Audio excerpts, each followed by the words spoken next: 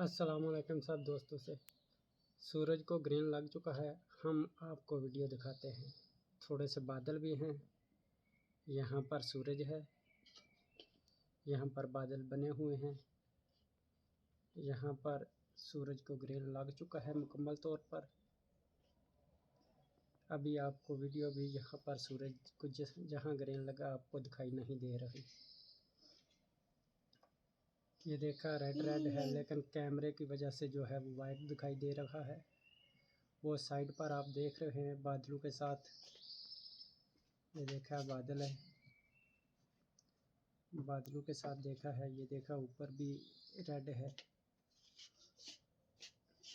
मुकम्मल लग चुका है। पाकिस्तान में अभी दिखाई नहीं देगा, वहाँ रात हो चुकी है।